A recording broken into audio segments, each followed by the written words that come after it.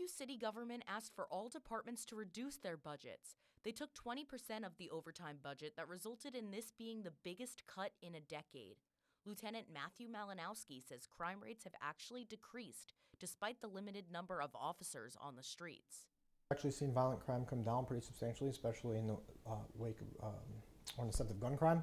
About a 40% reduction in the amount of shots fired and a 60% reduction in the amount of people struck by gunfires. Crimes could occur at any hour of the day, so officers need to be prepared to cover shifts that may go beyond their hours.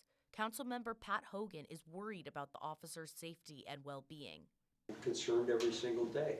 A lot of times the city of Syracuse will have, I know the situation pretty well, a lot of times we'll be scraping for people to fill up platoons. The Syracuse Police Department has a history of misbudgeting, given that this is the 21st time in 22 years that they have gone over budget. Lieutenant Malinowski says calculating overtime budget is tricky.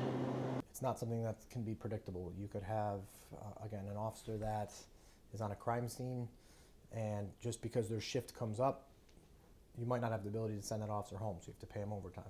For the future, city government plans to stay adaptable to any changes in the budget and rely on the numbers of the previous years to make a sufficient estimate. You got to be flexible.